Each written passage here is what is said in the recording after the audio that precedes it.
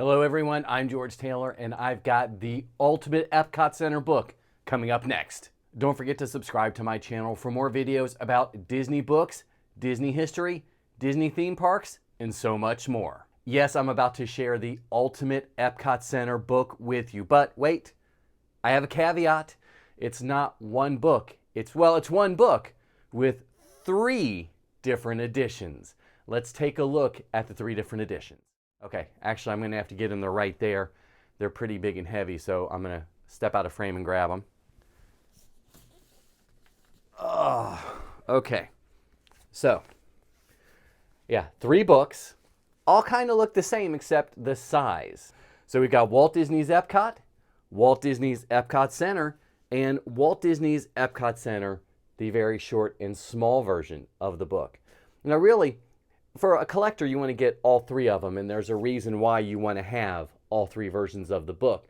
But we're only going to look at one of them, the first one released. And as we go through, I'll share with you why you need to get the different editions. Let's jump into the book.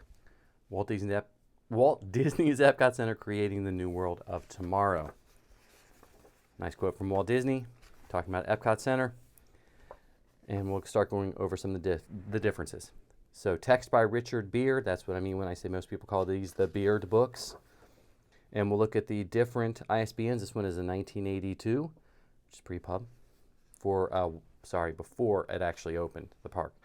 So Future World covers all of the major areas, and then World Showcase, again, this is a hefty, hefty book. Coming in at 230 pages, well, 240. It's a lot. So we're going to take a brief look at the book. Some wonderful photos of the first couple of years of Epcot Center, of them building it. Yay, there's Walt and Card and Roy in the background. So you get Walt's original plan, how they changed it. There's a little bit of history. Of course, it's the Epcot Center version of history, what they want you to know about building it. And this is what makes this book so special.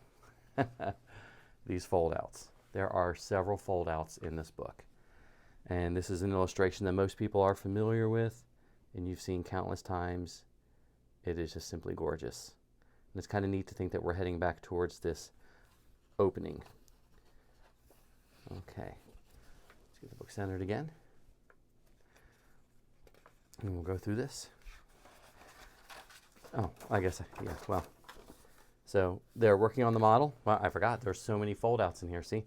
And you've got Imagineers working on scale models of the buildings in the pavilion. So you've got the Italy Pavilion, original designs for the American Adventure, where it was going to be a garden. And you can see Energy, Mexico, World of Motion. Oh no, that's Energy, that's Horizon, excuse me, sorry. Imagination, Spaceship Earth. Fascinating. The Germany Pavilion right there. Okay. We could spend all day, couldn't we? Really think we could. So the difference you're going to find is there are a lot of construction photos in the 1982, the pre-pub version. And there is a lot of text. Talks about the concepts behind this. Oh my gosh, Herb Ryman's gorgeous paintings. So they talk about Walt Disney World, some of the future technologies that they went there, and then they jump into building it and the individual attractions themselves. So here's where you start seeing the difference between the two. The pre-opening version has a lot of models and paintings, whereas the actual post-opening has a lot more photos because we're able to get in and take photos. And I know I'm going to go through this pretty quickly, but we got 240 pages to go through. And some of these will not be familiar with you guys if you did not have the chance to visit Epcot in the 80s or 90s.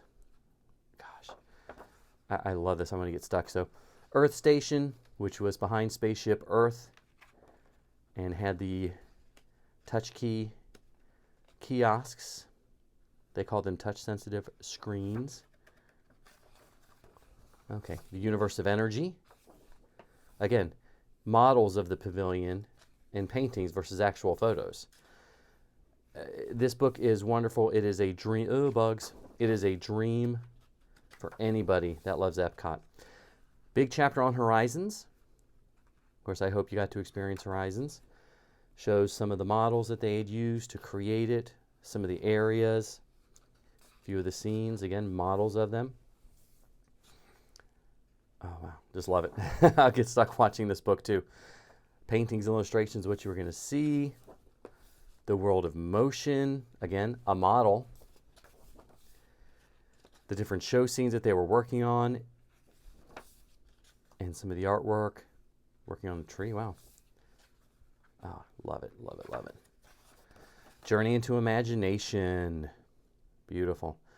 So you've got early concept for the Imagination Pavilion, Dream Finder, the Dream Catcher, some of the art that was inside of it, models of what the ride was going to look like. Wow, that big central hub, I remember that. Wow. The Dreamport. Magic Journeys. Never got to see that one though. So you look at the land. Those are Imagineers going through, and then you've got models, dioramas of the pavilion instead. Yeah, I flip back and forth because I remember like a little mock-up of the ride, what they were working on. There was a lot of text in here. There is a lot of text. Kitchen Cabaret. The Living Seas. Beautiful paintings and artworks. Artwork. Artwork, sure.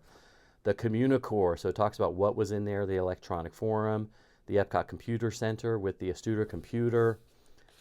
Oh, look at that gorgeous photo or painting. Wow. Travelport, FutureCon. Okay. And then we get into World Showcase. Lovely painting with the friendships. And it looks vastly different now without that stage. Okay. So building the friendships, looking at the American Adventure,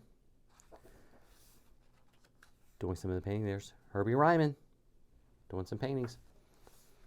And again, there's going to be some great fold-outs here in a minute. Blaine Gibson working on the sculptures for the animatronics, some of the paintings. Okay, here we go. So you got this fold-out, which you guys should recognize, and then, hello. That is obscene.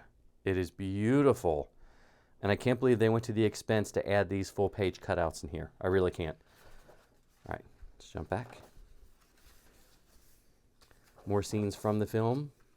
Building it. Filming it. I love the American Adventure. Very epic scenes. Canada. So you can see that they are at, is it Bouchard Gardens? Yeah. And then a model again. Beautiful layout of what that's, I mean, it just doesn't even feel like that today. It just doesn't feel like it's that wide open or that spacious. But you can see them filming with the Circle Vision camera. I just can't imagine how they did it in France. Hard to turn the pages. Again, filming it, getting some reference photos, paintings, color charts. You can't see it's in black and white. Another scale model, La Belle Epoque. And then shots of them more filming what it was going to look like on the interior. Germany. Wow. I love these models. I hope they are being well taken care of at the research library. Anyway, so moving on. You can see the inside. And then Japan. What a breathtaking view of that pavilion. Wow.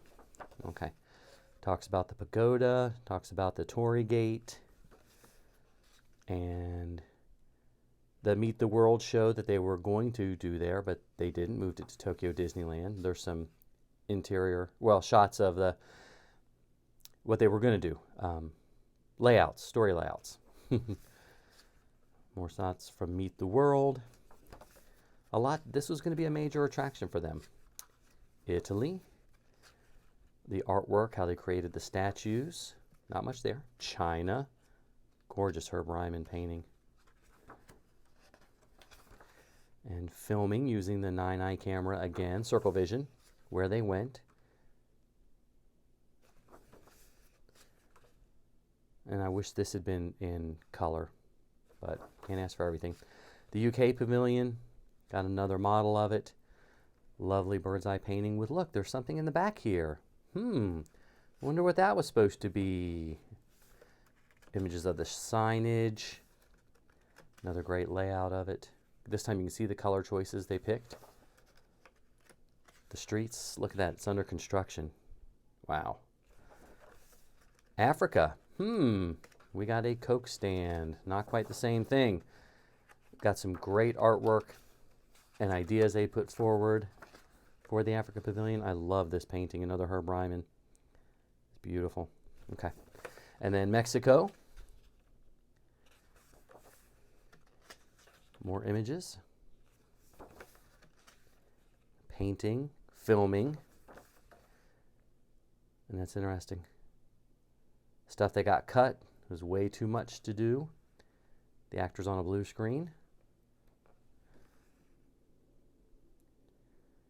Dioramas of the ride. See, they actually had the diorama of the ride or the model inside the ride to make sure as a reference point. Freaky. Been crazy to walk in on that. And then a model.